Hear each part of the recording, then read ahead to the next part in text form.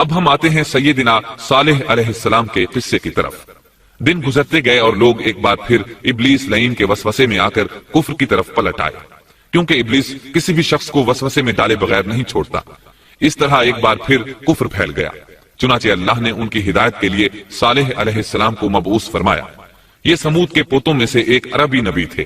ان کا نسب نامہ اس طرح ہے: صالح بن عبید بن سیاف بن ماشح بن عبید بن حاضر بن سمود بن ارم بن سام بن نوح علیہ السلام۔